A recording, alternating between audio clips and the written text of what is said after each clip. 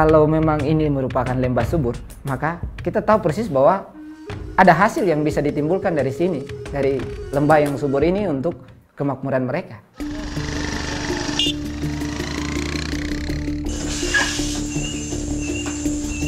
Frankie.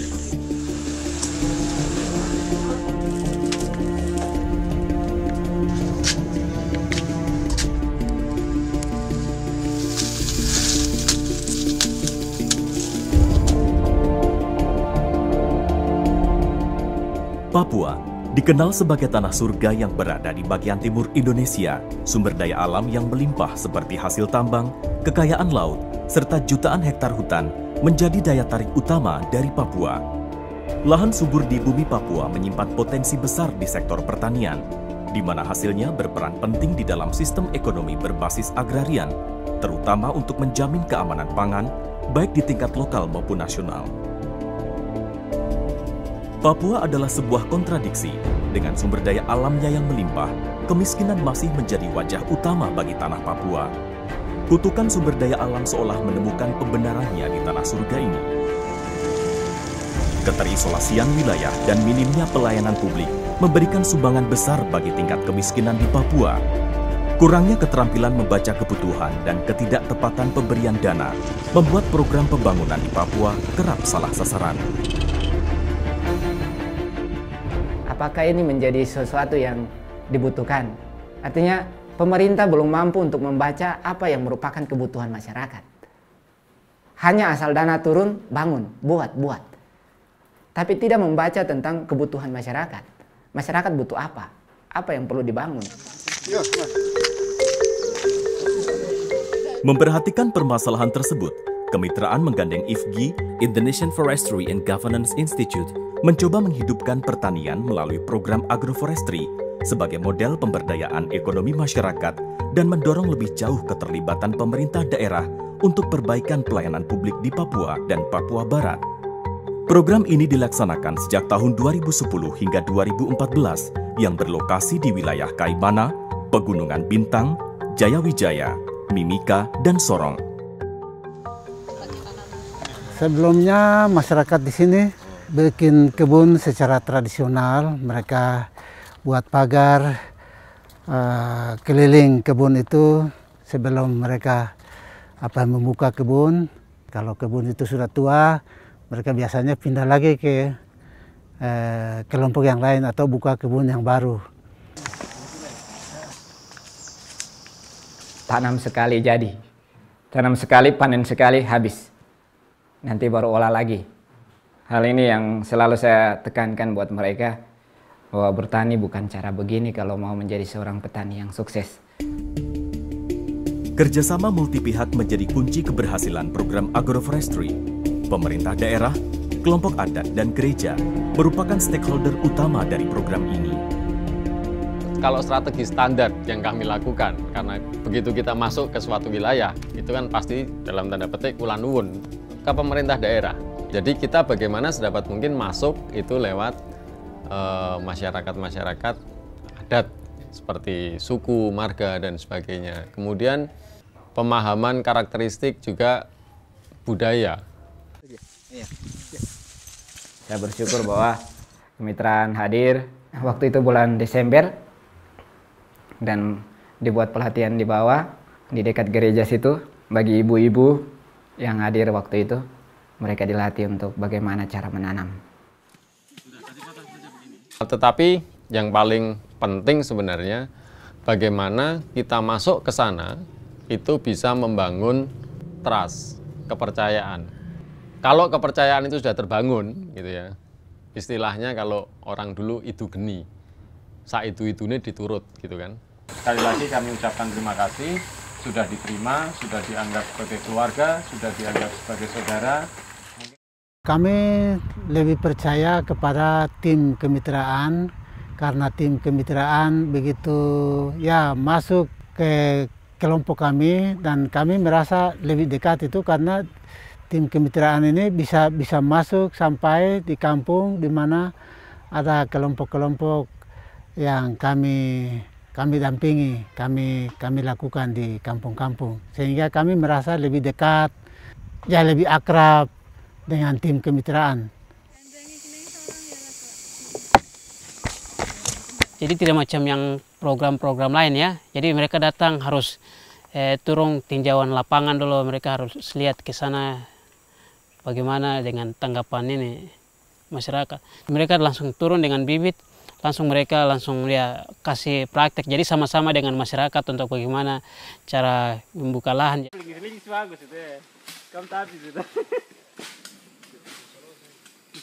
Dulu kan tidak ada seperti ini, tapi sekarang itu ada dampingi kita dan begitu masuk selalu kan begini, jadi kita juga senang karena itu kan ada kita untuk niat untuk bekerja.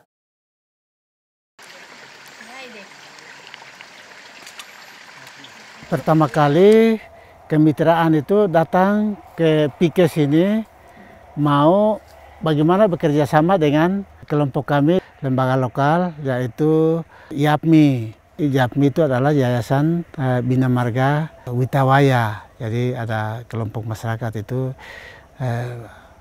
didampingi oleh YAPMI. Kemudian kemitraan datang mau bekerja sama. Kemudian memberikan pelatihan-pelatihan administrasi, keuangan, kantor bagi para kepala kampung dan sekretaris.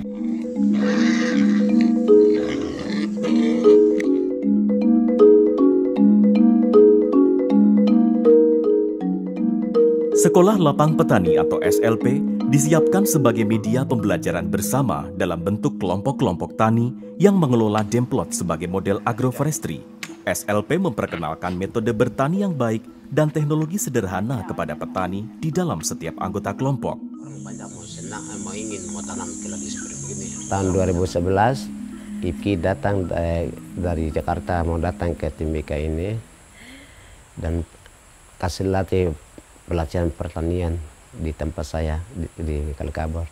Jadi saya kasih latih itu cara sambung durian, sambung buah gelenggeng dengan kayu garu, tanam nangga, terong, buah naga, cara keladi.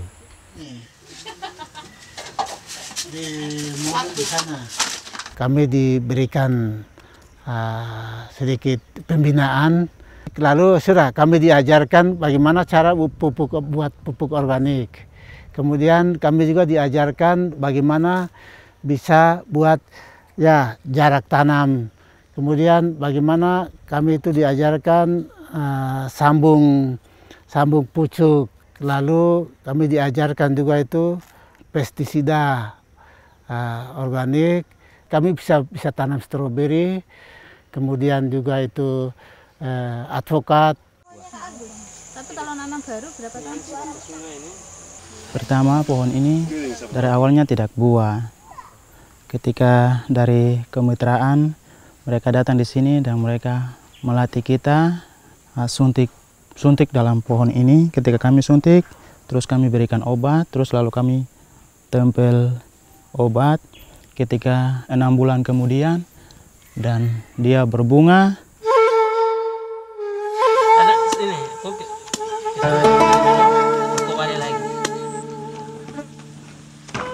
Selain itu, program agroforestry juga memperkenalkan model pengelolaan pasca panen dan pemasaran hasil pertanian. Untuk membuat pemasaran yang bagus itu, IFGI itu membantu membuat bagaimana bisa dikemas di dalam ada tempat-tempat stroberi itu bisa diatur baik, dikemas, hasilnya juga dijual di pasar atau di hotel-hotel itu markisa sama stroberi.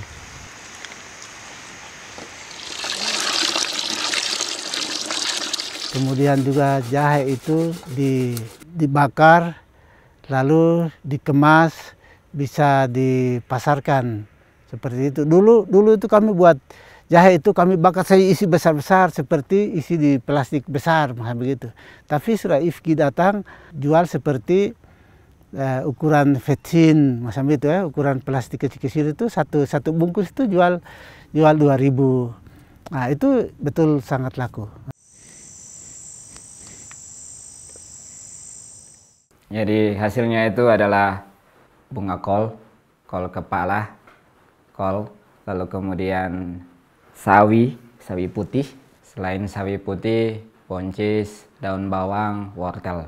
Nah, ini yang sudah sempat saya pasarkan. Belakang itu masih Hasil kami di panen itu Pak Anies yang diangkat. Mobil masuk ke tempat saya timbang langsung, mereka antar ke Pengasari. Pengasari diterima langsung kirim ke Freeport. Terima kasih, terima kasih.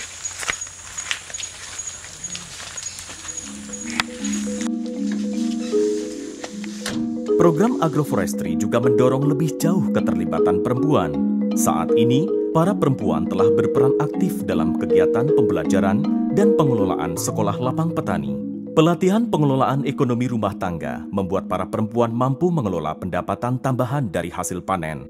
Kita harus tahu bahwa untuk urusan penyiapan lahan, pengolahan tanah dan sebagainya ada di beberapa tempat yang itu menjadi tanggung jawab lelaki.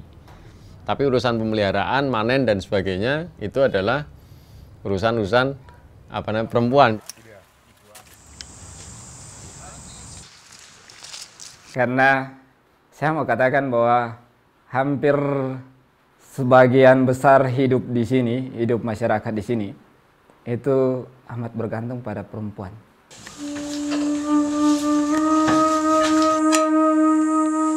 Kalau uang itu harus di tangan mama. Kalau pegang uang itu kan, kalau maksud saya gini Bapak, kalau laki-laki pegang uang itu ada kawan-kawan banyak ikut ramai di Timika kan banyak minum. Peningkatan kesejahteraan dan kemandirian ekonomi masyarakat Papua menjadi tujuan utama program agroforestry. Beberapa tahun terakhir, petani telah menikmati hasil pertanian mereka dalam berbagai bentuk. Kalau dulu itu kita tidak dapat uang dan kita tidak makan, tapi sekarang kalau kami tanam itu dapat uang dan kami dapat makan. Kita punya babi sudah ada, hasil yang kami punya ayam sudah ada. Jadi sekarang itu sudah bagus Bapak, senang begitu.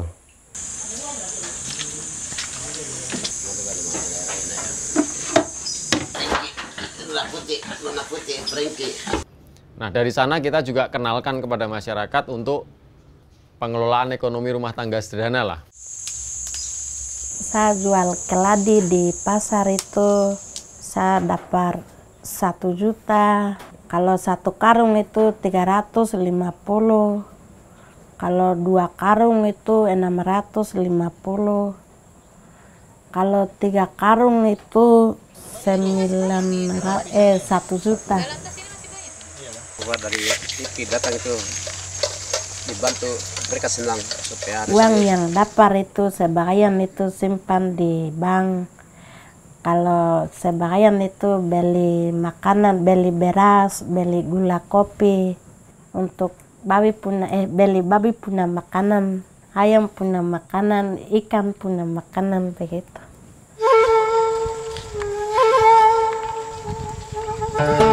Kehadiran tim kemitraan ini kami boleh meningkatkan ekonomi masyarakat, bisa menjadi sejahtera dalam kelompok bersama.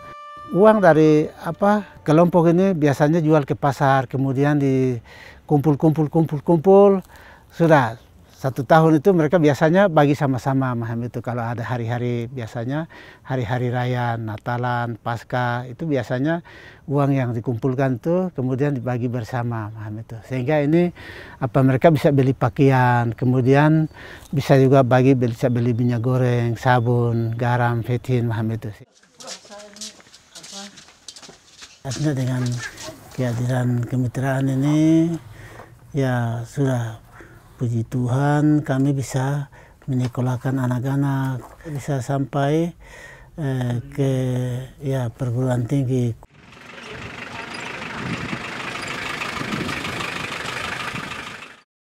Ini dampaknya ada ya, artinya bahwa nilai kerja mereka ya sebagai petani mulai disadari bahwa petani itu juga punya nilai, arti, dan juga punya penghasilan. Satu persatu ya seperti tadi dikatakan virus ya, mulai menjalar pelan-lahan. memang dampak nyata bahwa semua sudah mulai bergerak sih tidak. Tapi sekali lagi saya bilang prosesnya kita berjalan pelan-pelan.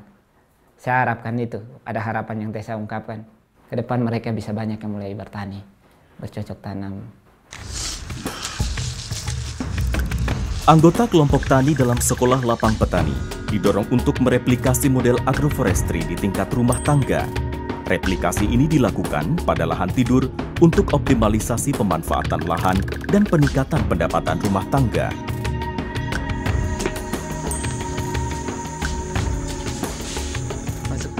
Program itu sudah berjalan dan kebanyakan masyarakat, di antara beberapa masyarakat yang sudah berhasil.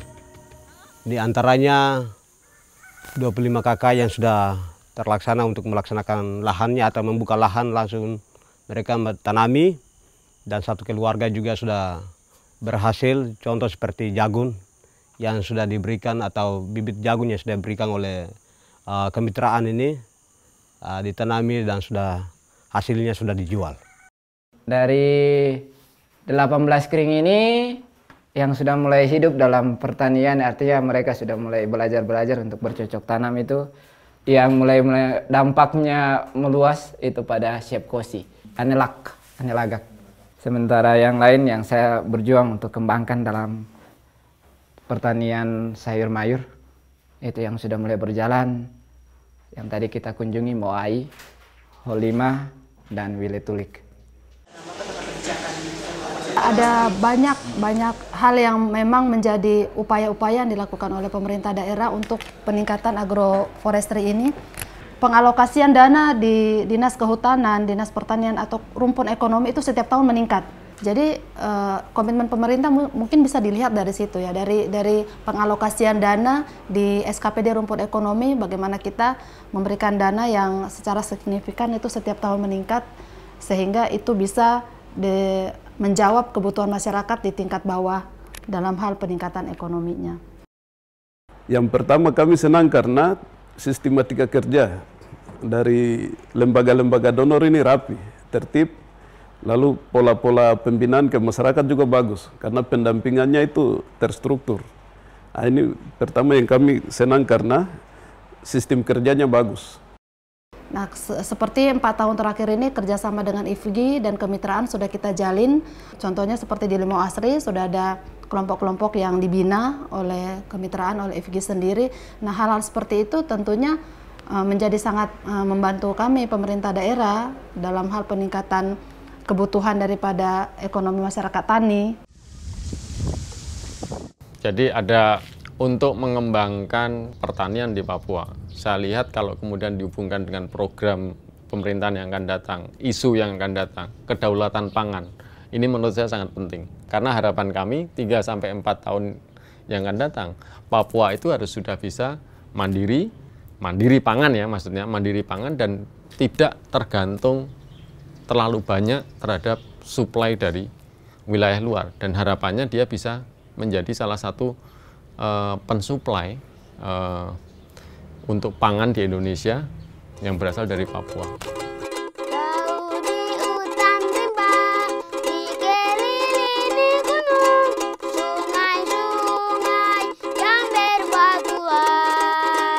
Ada sebuah kampung